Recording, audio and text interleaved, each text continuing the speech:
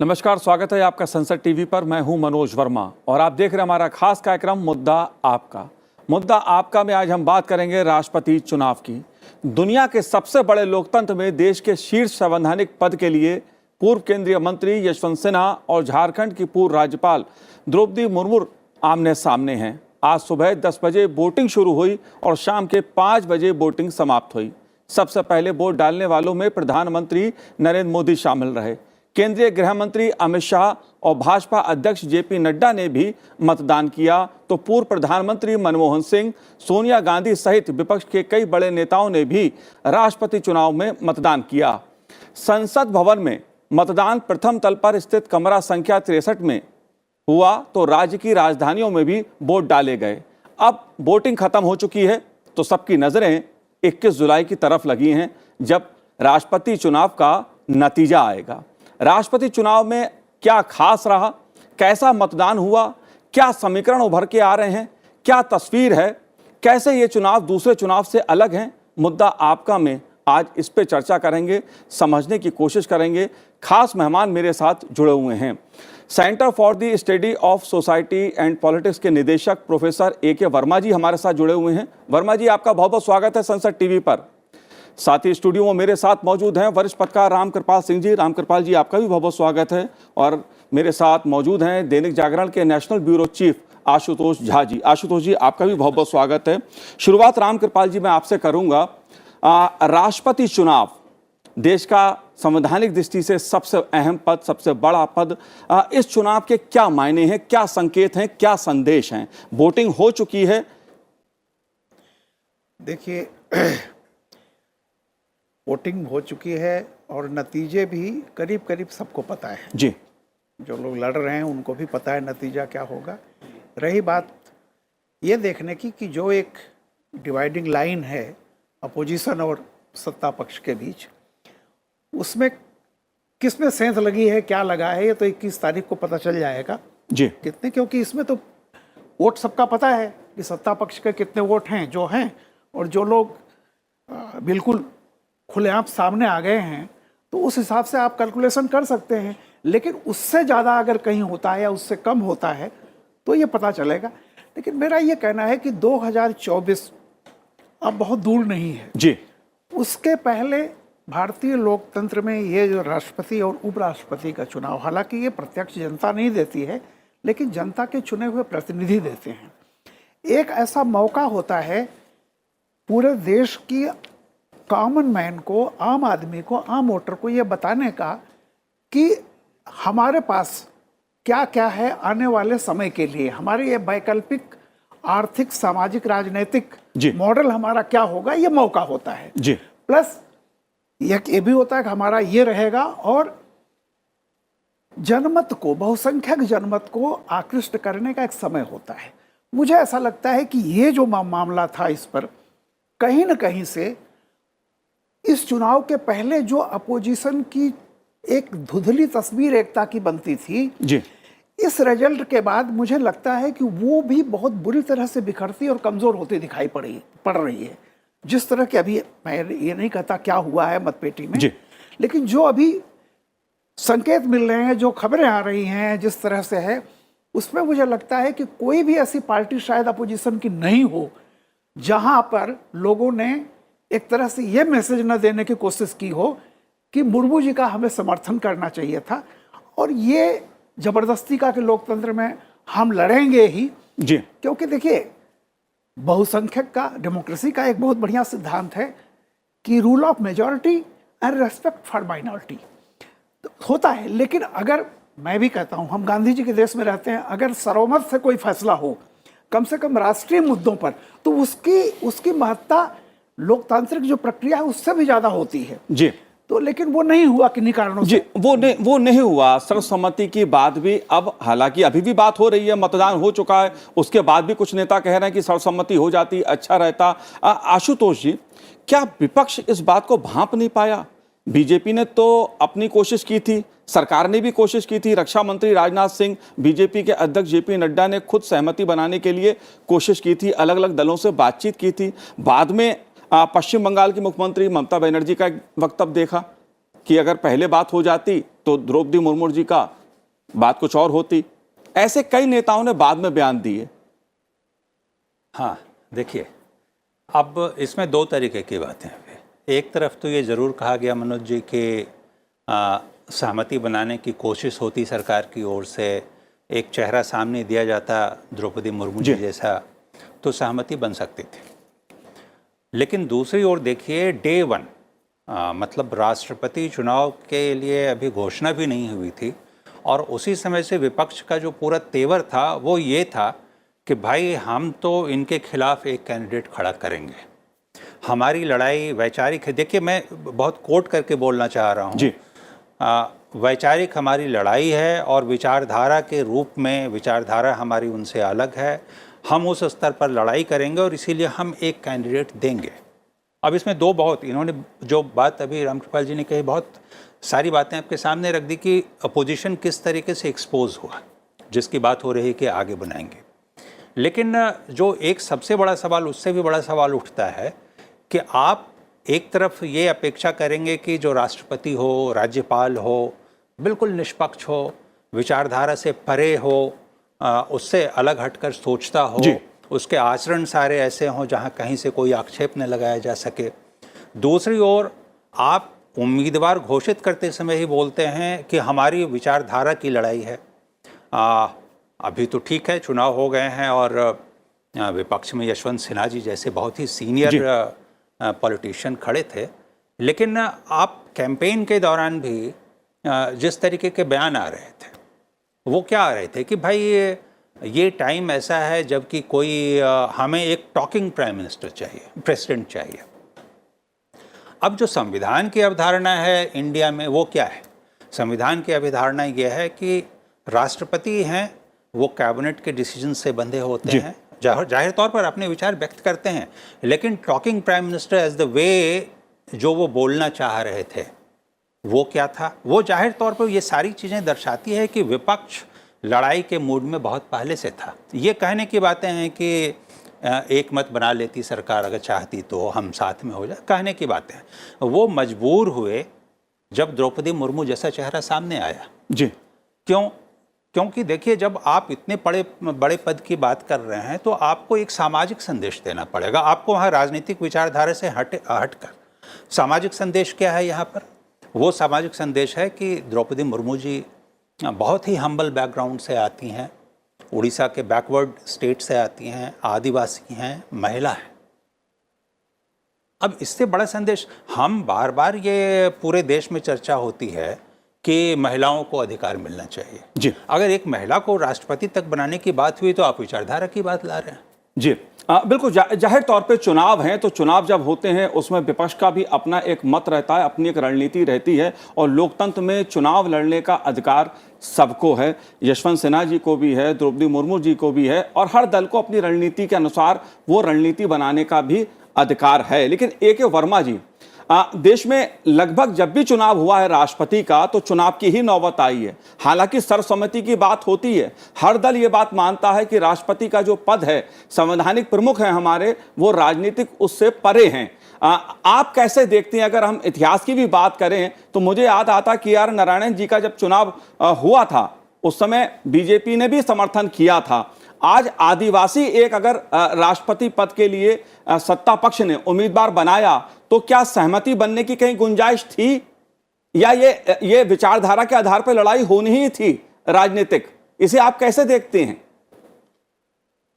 देखिए, मुझे ऐसा लगता है कि जो भारतीय लोकतंत्र में संवैधानिक व्यवस्था लागू की गई है, जिसको हम लोग संसदात्मक शासन प्रणाली कहते हैं, तो वहां पे पहली चीज तो मुझे ये लगता है कि राष्ट्रपति के पद को विचारधारा से अलग रखने की आवश्यकता है, क्योंकि वो राष्ट्र का सबसे बड़ा पद होता है और वो विचारधारा की लड़ाई में कहीं आता नहीं। और उसका कारण ये है कि जो भी उस समय की वर्तमान सरकार होती है, उस संसदात्मक शासन प्रणाली की एक विशेषता ये है कि अगर दो पावर सेंटर आप बना देंगे, एक राष्ट्रपति को पावर सेंटर बना देंगे, एक प्रधानमंत्री को और काउंसिल ऑफ मिनिस्टर को पावर सेंटर आप बना देंगे एग्जीक्यूटिव में, तो आपको अपनी संसदात्मक शासन प्रणाली चलाने में दिक्कतें आएंगी। जी इसलिए पार्लियामेंट्री सिस्टम का जो ओरिजिनल मॉडल है वो आपको यही बताता है कि भाई जो प्रेसिडेंट है उसको बहुत ज़्यादा असर्टिव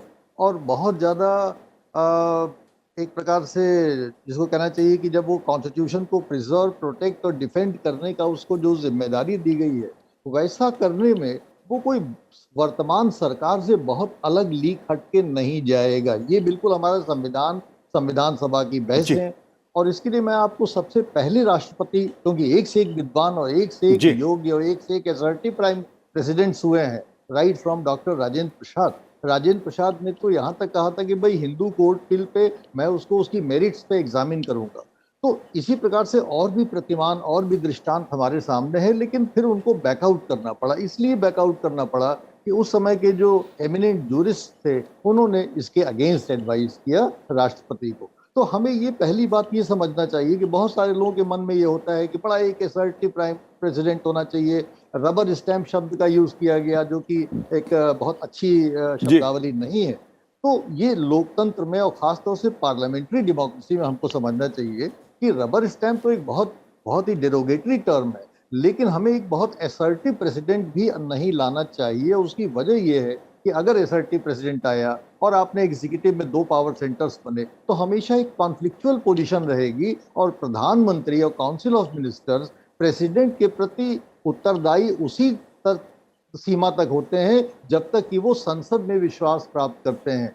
कहा गया है हमारे संविधान में कि the council of minister, prime minister and the council of minister shall hold office during the pleasure of the president. लेकिन the pleasure of the president जो फ्रेज है, प्रेसिडेंट अपना प्लेजर तब विड्रॉ कर सकता है जबकि लोकसभा भी अपना नो कॉन्फिडेंस शो कर दे। तो ये जो एनॉमली है कि राष्ट्रपति का जो पद है वो कितना भी आप एमिनेंट रखें, कितना भी विद्वान व्यक्ति ले आए, कितना भी अच्छा व्यक्ति ले आए, लेकिन उसको प्रधानमंत्री और काउंसिल ऑफ मिनिस्टर की बात को तो मानना ही पड़ेगा। और अब तो संविधान में संशोधन भी हो गया है जी, बिल्कुल। अगर राष्ट्रपति को कोई गुरेज है काउंसिल ऑफ मिनिस्टर और प्रधानमंत्री के बातों से या उनके एडवाइस से, तो एक बार वो रिकंसिडरेशन के लिए उसको लौटा सकता है। लेकिन अगर उन्होंने रिकंसिडर्ड एडवाइस भी पुनः वही एडवाइस दोबारा रिकंसिडर करके भेजी तो उसको मानना ही पड़ेगा। तो मेरा ये मत है कि हम लोग को इस विचारधारा की लड़ाई में और लोकतंत्र के लिए खतरा है, ये सब जो फ्रेजेस यूज हुए वो बड़े अनफॉर्चुनेट हैं। Opposition has a right to bring a candidate. Democracy में उन्होंने राष्ट्रपति के कैंडिडेट को लाया, ये बहुत अच्छी बात है। लेकिन जो उन्होंने इसके पीछे तर्क दिया कि लोकतंत्र खतरे में है या मुर्मू रबर स्टैंप है, इसको मैं रिजेक्ट करता हूं। बिल्कुल मैं ये महत्वपूर्ण पहलू आपने उठाया। मैं इस पे रामकृपाल जी, आपने तमाम चुनाव देखे हैं, राष्ट्रपति चुनाव देश में जो हुए हैं। मैं आपसे कई बार ये चर्चा इसकी होती है, रबड़ स्टैंप के रूप में भी बात आ जाती है कि किसी एक बिहार के नेता ने मूर्ति कह दिया राष्ट्रपति भवन में हमें मूर्ति नहीं लगानी है। यूपी के एक नेता ने कह दिया जो आईएसआई का एजेंट जिसने शब्द का इस्तेमाल किया उसको मैं वोट नहीं दे सकता। इस तरह की जो शब्दावली का प्रयोग है और राष्ट्रपति का पद जो गर्मामय पद है, संविधान का प्रमुख है, ऐसे शब्दों को आप कैसे देखते हैं, खासतौर से जब राष्ट्रपति की जो अधिकार हैं उसको लेकर चर्चा होती है, जो उनकी शक्तियां हैं उसको लेकर चर्चा होती है। आप कैसे देखते हैं इन शब्दों के आलोक में इस बहस को? देखिए, जो कुछ भी जिन शब्दों का आपने जिक्र किया उसको कोई भी उचित नहीं ठहराएगा। मैं 2-3 बातें रखना चाहता हूं आपके सामने। अभी जैसे हो रहा था कि वैचारिक विचारधारा की लड़ाई, मैं किसी से अगर कहूं कि अपनी विचारधारा को जरा क्वांटिफाई कीजिए, कौन सी विचारधारा है आपकी, क्या विचारधारा है। आप एक बात जानते हैं कि राष्ट्र जो होता है, नेशन, हमेशा वो क्या होता है, स्टेट से ऊपर एक नेशन होता है। और जाहिर सी बात है, जैसा वर्मा जी ने भी कहा, कि राष्ट्रपति का पद जो है संविधान में राष्ट्रपति को एक तरह से बनाया गया है कि जैसे आप कहते हैं कि मंदिर का कलश होता है जी, कलश एक स्थिर चीज, उनको कोई अधिकार उस तरह के नहीं दिए गए हैं और वो काउंसिल ऑफ मिनिस्टर्स के किसी भी डिसीजन को मानने के लिए बाध्य हैं। देखिए, एक अभी तक रहा है और सारे लोगों ने ऐसा किया है। लेकिन एक इस चुनाव में अगर ये कह के आप आ रहे हैं पहले से, आप कभी ये नहीं कहते कि मैं देश की तरक्की के लिए जो भी संभव अच्छे कदम उठाए जाए उनका साथ दूंगा, बल्कि ये कि मैं ये नहीं रहूंगा, यानी निगेटिव चीज से एक कैंपेन की शुरुआत की आप इसलिए आ रहे हैं कि जो भी सरकार काम करेगी उसमें आप टांग अड़ाएंगे। शुरुआत से आप देखिए, ये बात थी। दूसरी बात, आज का मैं बयान बता रहा हूं। देखिए, एक शब्द ऐसा है जिसको मैं हमेशा ये कहता हूं कि अगर वो अज्ञानता बस भी प्रयोग किया जा रहा है तो बंद करना चाहिए। एक होता है प्रजातंत्र। अरे काहे का प्रजातंत्र भाई, हम प्रजा थोड़ी हैं। जिस दिन संविधान अंगीकार किया गया उस दिन प्रजा नहीं रही, उस दिन लोक हो गया, लोकतंत्र हो गया, हम लोक सत्ता में हैं।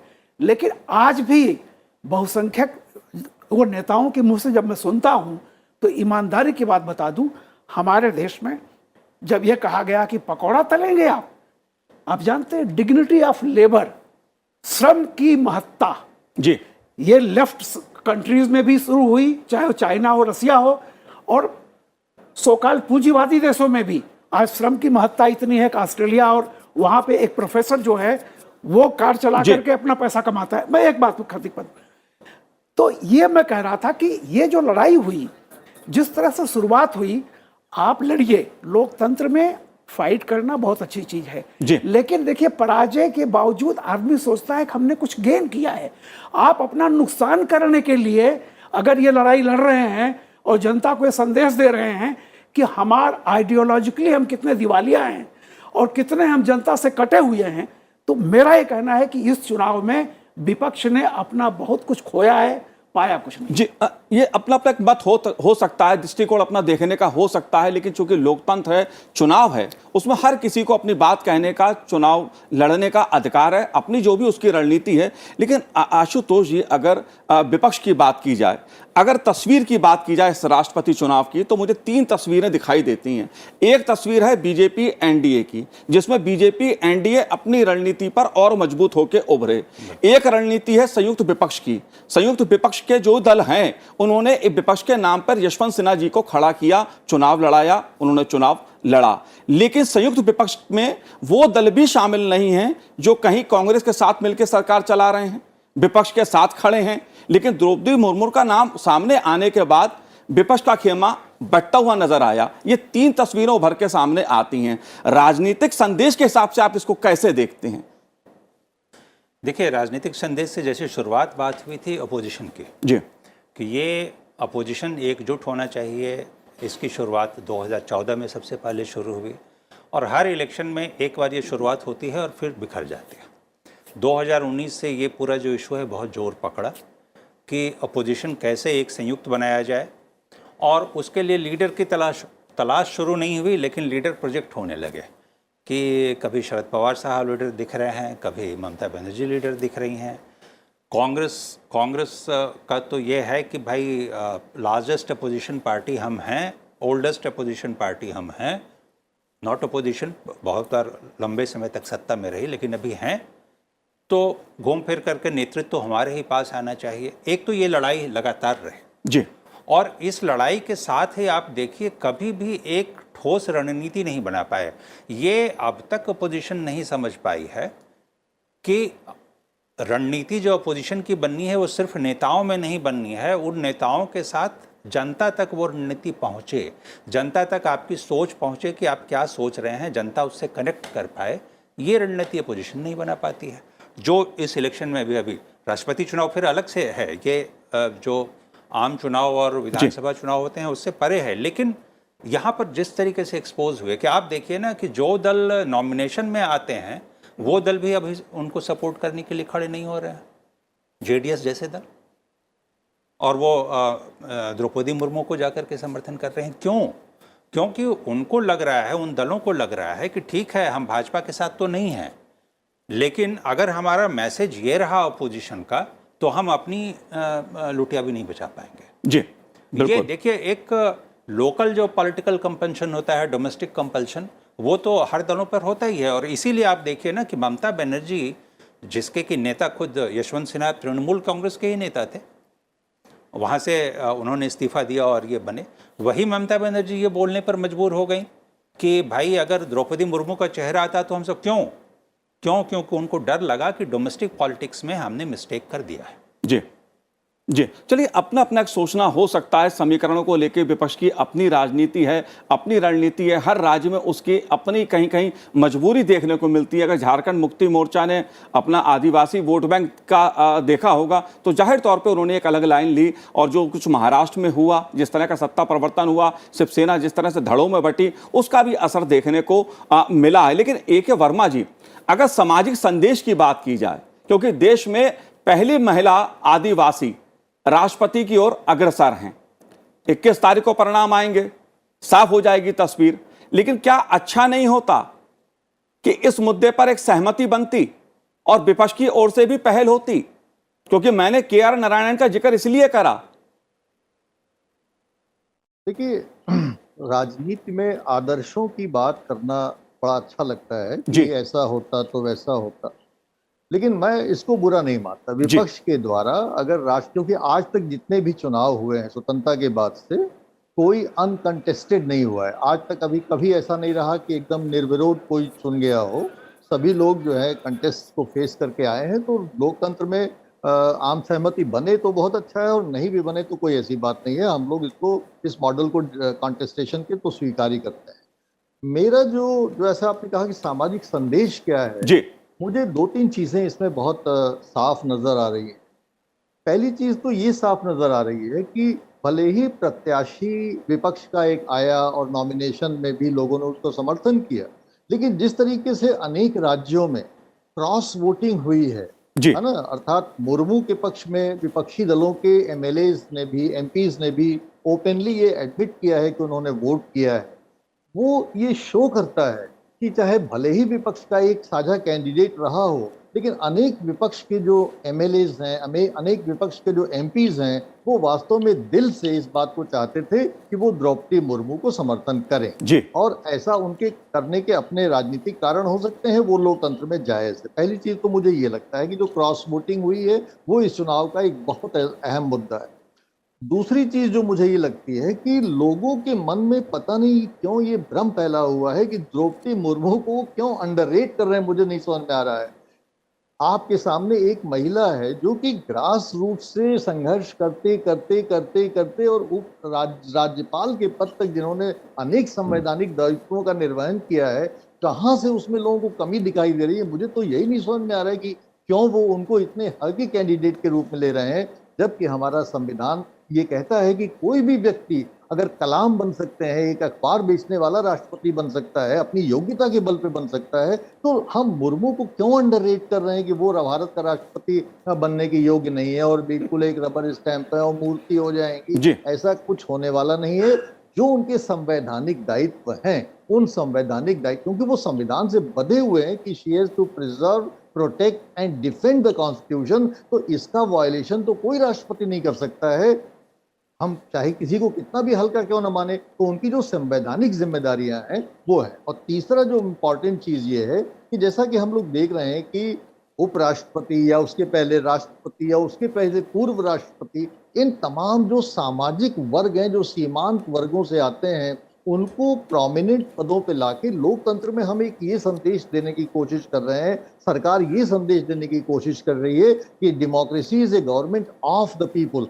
ऑफ का मतलब होता है कि संविधान के द्वारा देश में लोकतंत्र में जो सबसे बड़े पद हैं, उन पदों पे भी सीमांत वर्गों को भी अपने प्रतिनिधियों के दर्शन होने चाहिए। उनको ये महसूस होना चाहिए कि ये पद इलीट के लिए या समाज में जो अमीर लोग हैं, जो इम्पोर्टेंट है, इन्फ्लुएंशियल है, केवल उन्हीं तक ये पद सीमित नहीं है, बल्कि लोकतंत्र में सीमांत वर्गों के लिए भी ये पद उपलब्ध है। बिल्कुल। रामकृपाल जी, सामाजिक संदेश, आखिरी संक्षेप में मैं आपसे चाहूँगा, सामाजिक संदेश की बात आती है, जाहिर तौर पर हमारा एक बहुत बड़ा वर्ग ऐसा रहा है जो सदियों से दबा कुचला रहा है, वंचित रहा है। ऐसे वर्ग को अगर आगे आने का मौका मिलता, मैं इसलिए बात कह रहा हूँ कि पहले जब एक दलित राष्ट्रपति देश के बने थे तो अपोजिशन में बीजेपी थी, कांग्रेस सत्ता में थी, समर्थन के साथ उनका चुनाव हुआ। मैं चुनाव लड़ने का अधिकार हर किसी को है, विचारधारा सबकी अपनी जगह है, विचारधारा पे लड़िए, राजनीति पे लड़िए, लेकिन सवाल सामाजिक संदेश का भी है। उसे आप कैसे देखते हैं उस पहलू को? क्योंकि हर चुनाव का अपना संदेश होता है, अपना संकेत होता है। मनोज जी, ये जो लोग कह रहे हैं ना कि अचानक बीजेपी ने फैसला किया, मैं उनसे विनम्र निवेदन करना चाहता हूं कि 2014 से लेकर के 22 8 साल हो गए। 8 साल में अगर आप देखिए, मोदी ने मन की बात शुरू की। आप जब भी मन की बात सुनते होंगे उसमें से इतने नाम मोदी जी लेते हैं, वो किस क्लास के होते हैं? एक कोई सुदूर दक्षिण की या पूर्वोत्तर की महिला जी। जो रिक्शा चला करके और वो करके टॉयलेट बनाती है, उसको प्रणाम करते हैं। और आप देखिए, आप पद्मश्री का पूरा कैरेक्टर चेंज हो गया। आप ऐसे ऐसे नाम आए जिनको कभी आपने नहीं सुना, जिनको कभी आपने नहीं देखा। तो मैं ये कहता हूं कि उसी क्रम में अगर ये अपोजिशन पिछले 8 साल से ये नहीं देख पा रहा है कि कैसे ये प्रधानमंत्री जो है ये आम जनता से, गरीब जिसको गांधी कहते थे, बिल्कुल अनटू दिस लास्ट। बिल्कुल रामकृपाल जी, बिल्कुल, क्योंकि हर चुनाव, राष्ट्रपति का चुनाव भी हो, हालांकि चुनने के बाद राष्ट्रपति राजनीति से परे होते हैं, लेकिन राष्ट्रपति का चुनाव जब तक होता है उसमें भी हमें दलीय आधार पर देखने को मिलता है। और जाहिर तौर पर जब राजनीति होती है तो उसके अपने राजनीतिक संदेश भी होते हैं, राजनीतिक मायने भी होते हैं, उसके पीछे सामाजिक संदेश भी छुपा होता है। आप तीनों ने इस कार्यक्रम में भाग लिया, हमसे चर्चा की, आपका बहुत बहुत शुक्रिया। तो आज हमारे इस कार्यक्रम में इतना ही। मुझे दीजिए आज्ञा, नमस्कार।